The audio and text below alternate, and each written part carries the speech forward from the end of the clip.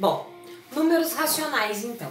A gente vai começar com números racionais na aula de hoje e na aula do dia 31 e na aula do dia 2, tá? Então, a primeira parte dos racionais a gente vai trabalhar a fração e seus significados. Bom, fração como parte. O que é a fração como parte? Ela é a parte de um inteiro. Então, aqui a gente tem um inteiro que está dividido em 16 pedacinhos e a gente pintou 4.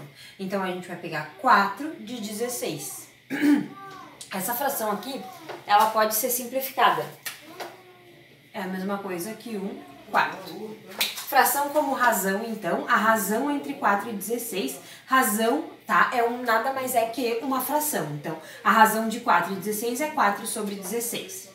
A razão como uma divisão, então, a gente tem uma fração, a fração como uma divisão, a gente tem, então, 6 sobre 2, que é a mesma coisa que 6 dividido por 2, que resulta em 3. E como operador, a gente tem, então, se eu quero calcular 2/3 de 9, então, é 2/3 vezes o 9. Logo, isso vai dar 2 vezes 9, 18, 1 vezes 3, 3. 18 sobre 3, que resulta em 6.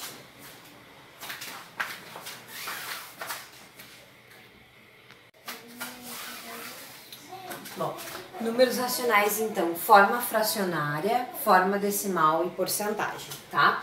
Bom, forma fracionária, então, é a fração. Então, a gente tem aqui a fração 1/10. 1 sobre 10 já está na forma fracionária.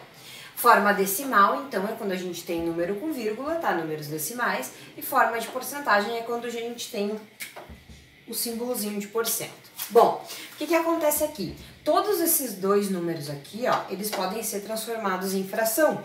Como?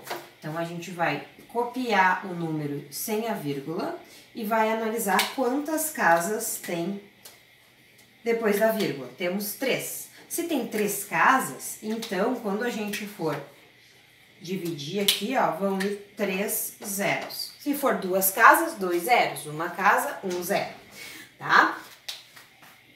Quando a gente quer transformar porcentagem em fração, a gente vai copiar o número e esse porcento significa por 100. Então, tu vai dividir por 100. Porcento é a mesma coisa que por 100. Então, a gente conseguiu transformar esses dois números aqui em fração.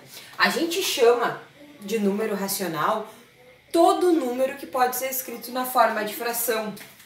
Logo, os números negativos, no caso os números inteiros, eles podem ser transformados em fração, podem ser escritos na forma de fração. Isso aqui é menos 153 sobre 1. Os números naturais também podem ser escritos na forma de fração, basta dividi-los por 1. Então, número racional é todo aquele que pode ser escrito na forma de fração.